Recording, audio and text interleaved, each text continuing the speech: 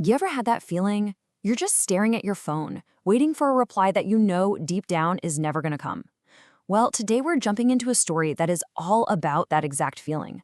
A story about modern dating, that sting of unspoken rejection, and the incredibly painful sound of silence.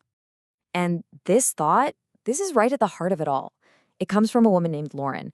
It's just full of vulnerability and a little bit of regret, and it's the perfect place for us to start. So let's figure out how she got to this point. So, I want you to picture this.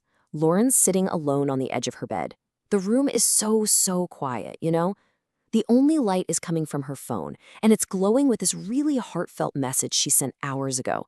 And right there, underneath it, are those two words that just crush you. Read, 9:12 p.m. No reply, no explanation, just absolute silence. But here's the thing. That silence, it didn't just come out of thin air.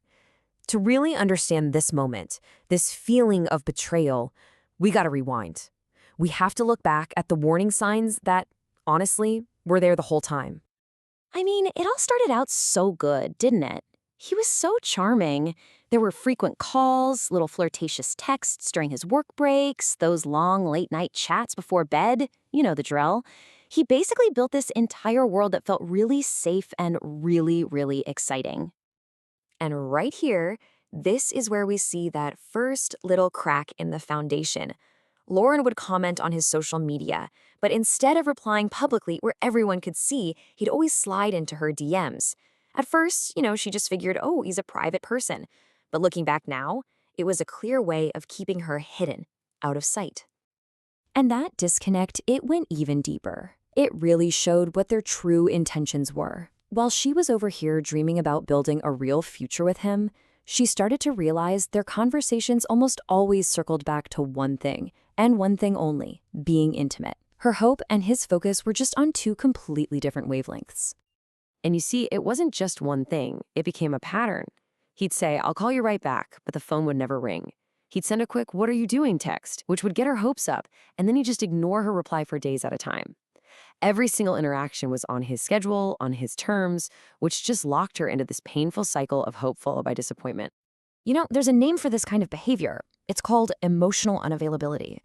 It's this pattern where someone is just unable or maybe unwilling to really connect with you. And it's not always a malicious thing. Sometimes it comes from their own fear or past hurts, but the result is always the same. You end up in these really one-sided relationships where one person is giving it their all and the other person is just holding all the cards, keeping you at a distance. And all of this, it brings us right back to Lauren, sitting on her bed, just staring at that read receipt. This is that moment where all those little red flags, all those broken promises, they all just come crashing down at once into one single painful realization. And this right here, this is her epiphany. In that quiet moment, she understands. His silence isn't an accident. He's not just busy. The silence is the answer. And in its own twisted way, it's actually more honest than any lie or excuse he could have come up with. The lack of an answer, well, that is the answer. You can almost feel it yourself, can't you? Her hands clench up, her chest gets tight. This isn't just about a stupid text message anymore. It's the weight of all of it, of feeling neglected over and over again, of being made to feel completely unwanted by someone she had really truly opened her heart to. But this right here is not where her story ends.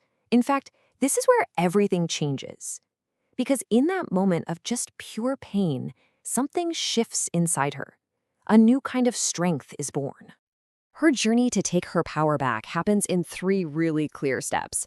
First, she makes a choice to physically leave the sorrow behind by just getting up off the bed. Second, she confronts the truth head on by walking over to the mirror and looking at herself.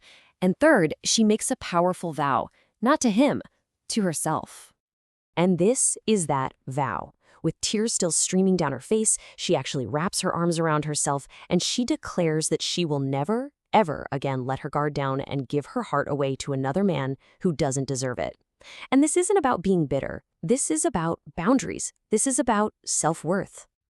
Lauren's story is such a powerful one, isn't it? It's a journey from total heartbreak to real self-empowerment. And it really leaves us with a moment to do a little reflection of our own.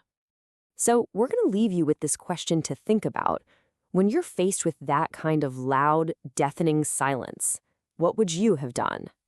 It's something to really consider, not just in dating, but in any relationship where you feel like your value just isn't being seen.